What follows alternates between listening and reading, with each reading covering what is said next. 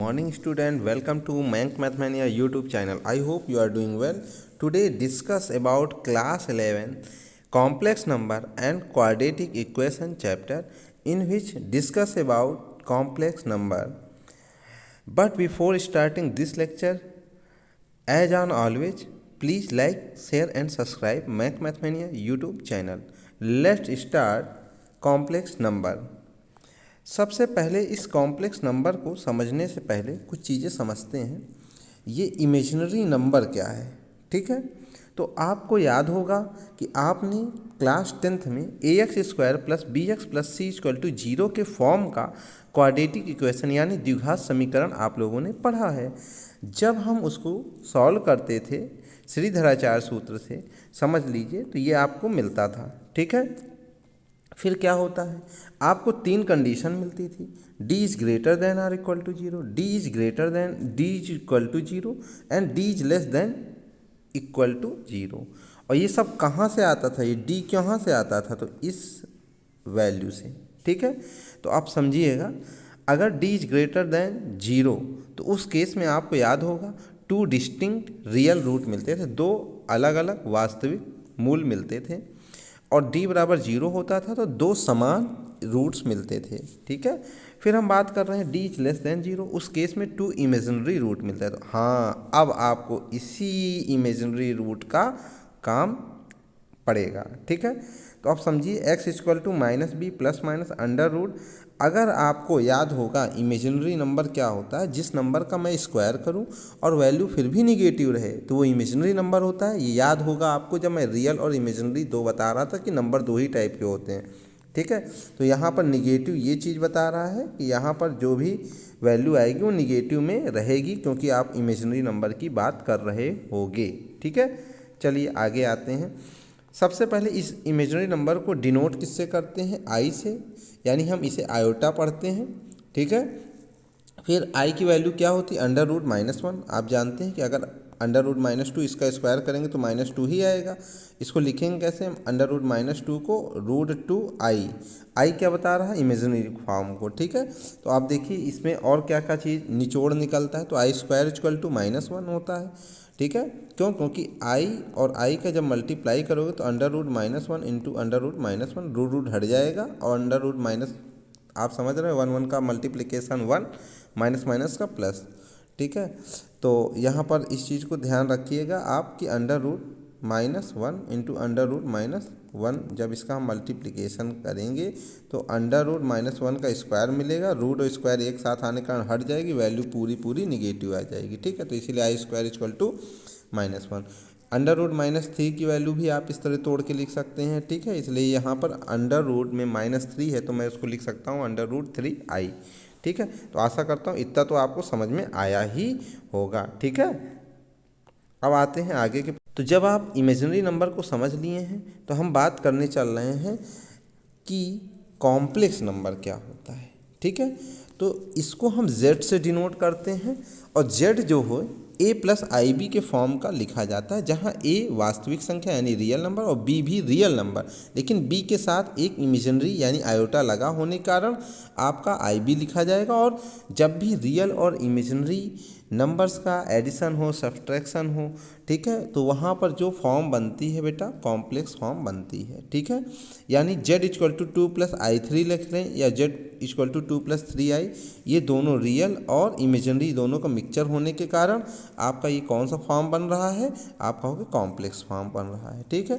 √2 real number, √3 real number, लेकिन under root -3 क्या होता है, इमेजिनरी नंबर। मैं वहाँ नहीं जा रहा हूँ, मैं √2 और √3 की बात कर रहा हूँ, ठीक है, आई के साथ। तो ये कॉम्प्लेक्स नंबर आपको अगर 3i, यहाँ पर देखिए 3i को क्या लिख सकते हैं, 0 प्लस 3i, तो ये भी क्या है, 0 रियल नंबर है, 3 भी रियल नंबर है। इसी तरह से 3 प्लस 0i को भी हम z इक्वल टू 3 लिख रहे हैं, तो वो क्या है, ये भी एक कॉम्प्लेक्स फॉर्म है। लेकिन ध्यान रखना ये प्योरली इमेजिनरी फॉर्म होगा, क्योंकि यहाँ पर आपका रियल कहीं नहीं दिख रहा है इसमें, जबकि z इक्वल टू 3 में इमेजिनरी फॉर्म नहीं दिख रहा है, तो इसे हम कहेंगे प्योरली रियल नंबर, ठीक है। समझ में आई बात, क्योंकि इमेजिनरी उस दौरान 0 है, ठीक। इतना तो समझ में आपके आ ही गया होगा, ठीक है। अब आते हैं आगे। आगे ये है कि equality of two complex number. ये बेटा थोड़ा समझना आप लोग। इक्वलिटी ऑफ टू नंबर का मतलब ये है कि टू कॉम्प्लेक्स नंबर का मतलब ये है कि Z1 बराबर Z2 अगर हो जाता है तो उस सिचुएशन में क्या होगा। तो इसके लिए मैंने कहा Z1 इक्वल टू मान के चलता हूँ कि A+IB एक नंबर होगा, Z2 इक्वल टू C+ID एक नंबर है कॉम्प्लेक्स, ठीक है। अगर ये दोनों इक्वल हैं, क्योंकि मुझे इक्वलिटी पढ़ना है कि अगर ये Z1 और Z2 दोनों इक्वल तो उस सिचुएशन में A की वैल्यू C के बराबर और B की वैल्यू D के बराबर होगी। कंपेयर कर लिया जाएगा रियल पार्ट रियल से, इमेजिनरी पार्ट इमेजिनरी से। ओके, अब आते हैं इसी की उल्टा यानी वाइस वर्सा अगर हम कहें तो क्या होगा। If A equal to C and B equal to D तो 100% Z1 और Z2 की वैल्यू क्या हो रही होगी, इक्वल होगी। ठीक है, समझ में आई बात। इतने समझने में कोई समस्या आपको। तो आते हैं कोई समस्या ना होने के कारण एक क्वेश्चन अटेम्प्ट करते हैं। क्वेश्चन ये है कि अगर 4x प्लस आई ब्रैकेट में 3x minus y equal to 3 plus i minus में 6 हो तो उस केस में x और y रियल नंबर हो, और ये कह रहा है कि तब आपको x और y की ही वैल्यू आपको फाइंड करनी है। समझ रहे हैं। तो चलिए बात करते हैं, क्योंकि यहाँ पर कह रहा है कि x y रियल नंबर है, ठीक है, और साथ में ये देख रहे हैं ये कॉम्प्लेक्स नंबर है और दोनों ही आपस में इक्वलिटी को दिखा रहे हैं। अगर इक्वलिटी को दिखा रहे हैं बेटा तो रियल वाला पार्ट रियल की इक्वल यानी 4x इक्वल टू किसके, 3 के। ठीक, यहाँ से देखिए 4x इसके इक्वल 3 और इमेजिनरी पार्ट इतना है तो यहाँ पर 3x minus y equal to 6। तो आप देख रहे हैं सॉल्व किया गया है। सॉल्व करने से जो मुझे वैल्यू मिली यहाँ से x इक्वल टू 3/4 मिली, और यहाँ पर जब यही x की वैल्यू 3/4 यहाँ रखी गई तो सॉल्व करने पे y की वैल्यू 33/4 मिली। ठीक है, तो एक चीज़ तो जान लीजिए कि कॉम्प्लेक्स नंबर जो होता है, ठीक है, उसमें इक्वलिटी होने पे ये सारी चीज़ें लगती हैं। और दिमाग में ये बैठाना कि रियल नंबर में आप इनइक्वलिटी को लगाते, जैसे 5 इज ग्रेटर देन 3 यानी आप देख रहे हो साफ साफ कि 5 तो 3 से बड़ा है, और 3 इज लेस देन 5 तो यानी 3 5 से छोटा है। तो यहाँ इनइक्वलिटी तो लग रही है, असमानता तो चल रहा, लेकिन कॉम्प्लेक्स नंबर में कोई भी इनइक्वलिटी बेटा नहीं लगती है। ठीक है, तो यहाँ पर इसीलिए इसको मैंने क्रॉस कर दिया है कि भैया कॉम्प्लेक्स नंबर में कोई भी बड़ा छोटा नहीं होता है, बराबर हो सकता है। ठीक है, उसी के बिहार पे आपने ये क्वेश्चन अटेम्प्ट किया है। ठीक है, अच्छा यहाँ पर यही चीज़ आपको दिखाया है, समझाया है।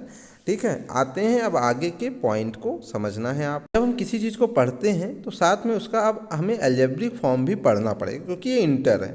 ठीक है, तो चलिए अलजेब्रा ऑफ कॉम्प्लेक्स नंबर, सबसे पहले हम एडिशन को पढ़ेंगे। एडिशन में क्या है कि Z1 और Z2, Z1 बेटा और Z2, तो Z1 की वैल्यू मैंने एज्यूम किया A+IB और Z2 की वैल्यू C+ID मैंने एज्यूम कर लिया। अब देखिए Z1 plus Z2 equal to ये है, साफ साफ देख रहे हो। तो अगर मैं ऐड कर रहा हूँ तो जो रियल पार्ट है यानी A+C उसको एक साथ लिख सकता हूँ, जो इमेजिनरी पार्ट है I इक्वल टू B+D, ऐसा भी आप पिछले क्वेश्चन में भी ऐसा देखे हो। ठीक है, प्रॉपर्टी की बात करें तो आपको क्लोजर प्रॉपर्टी, ठीक है, समझ में आई बात। क्लोजर प्रॉपर्टी इसमें क्या है, हिंदी में शायद इसे संवरक नियम कहते हैं। तो यहाँ पर क्लोजर प्रॉपर्टी का मतलब क्या है, जैसे एक पुरानी चीज़ हम बात कर लें, जैसे मैंने कहा -3 और +2, इनको ये मैं मान लूँ ये पूर्णांक है यानी इंटीजर, और ये भी एक पूर्णांक है, तो इनका जो एडिशन या सब्सट्रैक्शन आ रहा है तो आप कहोगे -1 आएगा, तो -1 भी एक प्रकार का क्या होगा, पूर्णांक। कल को यहाँ पर मैं कहता हूँ 3 नेचुरल नंबर है प्राकृतिक संख्या, 2 भी नेचुरल नंबर है, तो इसका जो ऐड आएगा 5 वो भी क्या होगा बेटा, नेचुरल नंबर होगा। तो मतलब जो चीज़ जैसी है उसके एडिशन या सब्सट्रैक्शन के बाद भी वही चीज़ आ जाए तो ये क्या होती है, क्लोजर प्रॉपर्टी। तो यहाँ पर Z1 और Z2 ये दो कॉम्प्लेक्स नंबर है, तो इनका एडिशन Z1 प्लस Z2 जो आएगा वो भी क्या होगा, कॉम्प्लेक्स ही नंबर होगा। कॉम्पिटेटिव लॉ होता है, उल्टा पुल्टा यानी क्रम बदल दो, तो Z1 प्लस Z2 और Z2 प्लस 1 कोई फर्क पड़ा नहीं। एसोसिएटिव में ब्रैकेट आगे वाला इधर पीछे वाला, ठीक। ये लेकिन आपको चौथा और पांचवा ध्यान देना है। एग्जिस्टेंस ऑफ एडिटिव आइडेंटिटी, आपसे याद कीजिए क्लास 6, 7, 8, 9, 10 यही तो पढ़ते आए हो कि किसी भी नंबर में एडिटिव आइडेंटिटी का मतलब क्या है, किसी भी नंबर में ऐसा क्या जोड़ें कि यही नंबर मिल जाए।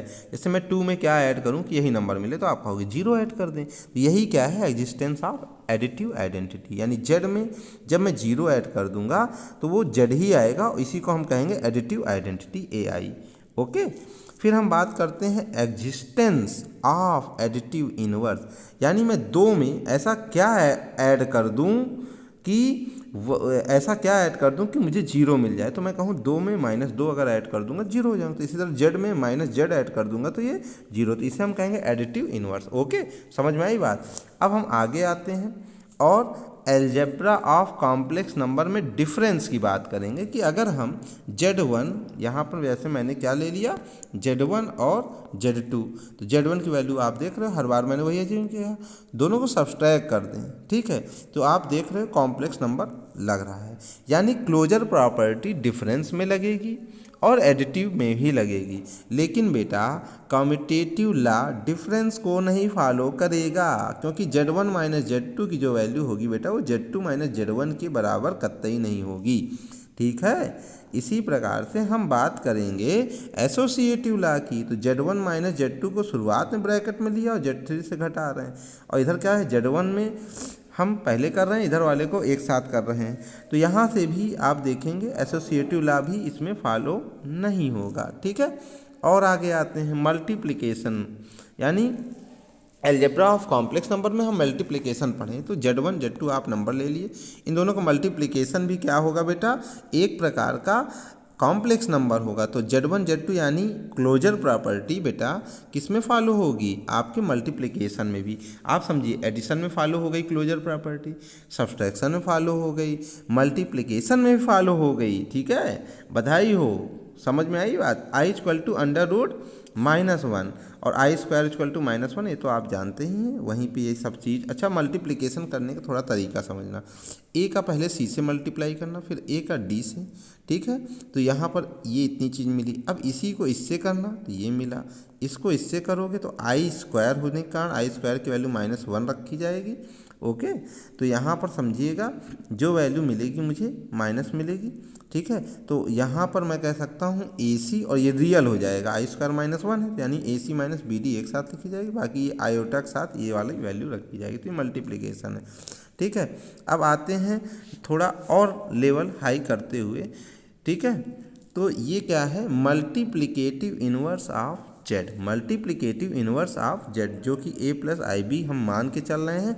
अगर हम इनवर्स करना है तो हम Z इनवर्स से डिनोट करेंगे, और Z इनवर्स की जो वैल्यू होगी 1/Z की इक्वल होगी Z इनवर्स, ठीक है, समझ रहे हो। अच्छा, जरा डिस्ट्रीब्यूटिव लॉ को भी पढ़ लिया जाए, ठीक है। तो डिस्ट्रीब्यूटिव लॉ ये क्या कहता है कि multiplicative over addition, multiplicative over addition, देखो एडिशन के ऊपर कौन हो रहा, मल्टीप्लाई Z1, तो ये एक बार ऐसे जाएगा एक बार ऐसे जाएगा, ठीक है, या एडिशन पहले हो जा रहा है, एडिशन ओवर मल्टीप्लिकेशन, तो यहाँ पर ये भी मिलेगा, तो वही, ठीक है। थोड़ा और ऊपर आते हैं और हम कुछ चीज़ें और डीपली मतलब डिस्कस करते हैं, properties of multiplication of two complex number, properties of multiplication of two complex number. तो मतलब मुझे कॉम्प्लेक्स नंबर की मल्टीप्लिकेशन की अगर दो कॉम्प्लेक्स नंबर हैं तो उनके मल्टीप्लिकेशन में क्या क्या चीज़ और ध्यान रखना है। तो क्लोजर प्रॉपर्टी आपने देखा फॉलो हुई, कम्यूटेटिव फॉलो हुई, एसोसिएटिव फॉलो हो जाएगी, मल्टीप्लिकेटिव ऑफ आइडेंटिटी, यानी दो में ऐसा क्या मल्टीप्लाई करें कि वही दो मिले, तो आप कहोगे 2 में 1 से मल्टीप्लाई करें। और इन्वर्स में तो आप समझना, जैसे मैं कह दूं कि 2 में ऐसा क्या मल्टीप्लाई करूं कि मुझे 1 मिल जाए, तो आप कहोगे 1/2 से मल्टीप्लाई करोगे, तो इसी तरह Z में 1/Z से करोगे तो 1 मिल जाएगा, ठीक है। तो ये चीज़ तो आपके समझ में आ ही गई होगी, ठीक है। आओ डिवीज़न पे बात कर लेते हैं। तो डिवीज़न Z1 है, फिर Z2 है, डिवाइड किया। देखो आपको पिछले साल क्लास 9th में याद होगा कि हम लोग क्या करते थे, रैशनलाइजेशन यानी कि परमेयीकरण करते थे अपोजिट साइन से। तो यहाँ पर इसका अपोजिट समझना, इसे हम कहते हैं कांजुगेट। कांजुगेट का मतलब संयोगमी कह लीजिए, ठीक है। तो यहाँ पर समझिएगा, जैसे मैंने लिखा Z = X + IY, तो इसका जो कांजुगेट होगा उसको हम Z बार से डिनोट करेंगे। Z बार की वैल्यू बेटा ऐसे लिखने के बाद इसमें हम क्या करेंगे, जब ऊपर से बार हटाएंगे तो माइनस में वैल्यू कर लेते हैं। कहने का मतलब अगर Z प्लस में है तो Z बार वही वैल्यू इमेजिनरी से जस्ट पहले माइनस करना। कहाँ से, इमेजिनरी से पहले, इमेजिनरी से पहले, ध्यान रखना मेरी बात को।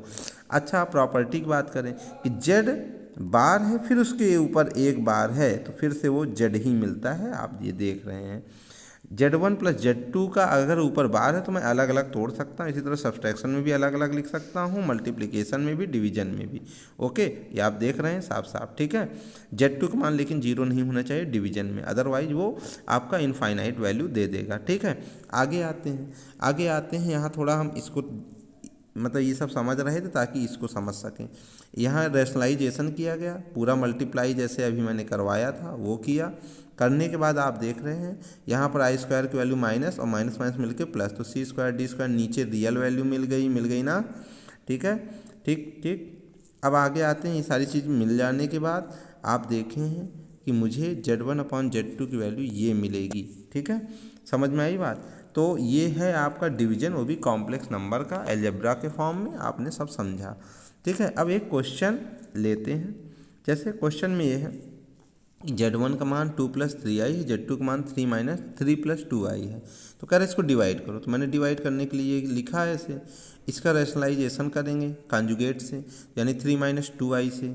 ऊपर नीचे मल्टीप्लाई किया, मल्टीप्लाई करने पे आई स्क्वायर यहाँ पर मिला, तो आप कह सकते हो -6 हुआ। तो 6 में से 6 गया, माइनस माइनस यहाँ पर देखिए ज़रा, 1 मिनट। यहाँ पर जो वैल्यू मिली है यहाँ देखिए, तो 3 × 2 = 6 मिली है, फिर है 2 × 2 = 4i माइनस का, 3 × 3 = 9i प्लस का। फिर जब मैं इसको इससे मल्टीप्लाई करूँगा तो वो माइनस में मिलेगा। यहाँ पे बेटा ये माइनस है वैल्यू, ठीक है। -6i², तो आई स्क्वायर वैल्यू माइनस बन के माइनस माइनस प्लस कर देगी, ठीक है। तो 6 वही क्या हो जाएगा 12, और यहाँ पे 9 और जो भी वैल्यू है उसको क्या, हाँ 9 में से 4 सब्सट्रैक्ट हुआ तो 5i, और आपको ये पूरी वैल्यू मिल जाएगी। तो आशा करता हूँ कि आपको मेरी पूरी वीडियो समझ में आई होगी। मैं डेली कोशिश करूँगा कि हर रोज़ क्लास 11th की कोई ना कोई टॉपिक की वीडियो ख़त्म करूँ, ठीक है। मतलब कोई ना कोई टॉपिक लूँ और उसे ख़त्म करूँ। तो आज ये है, इससे रिलेटेड क्वेश्चन और भी जो भी है, ठीक है, सारी चीज़ समझाते हुए NCERT और बालाजी बुक का क्वेश्चन एक एक सॉल्व कराया जाएगा, ठीक है। तो तब तक थैंक यू।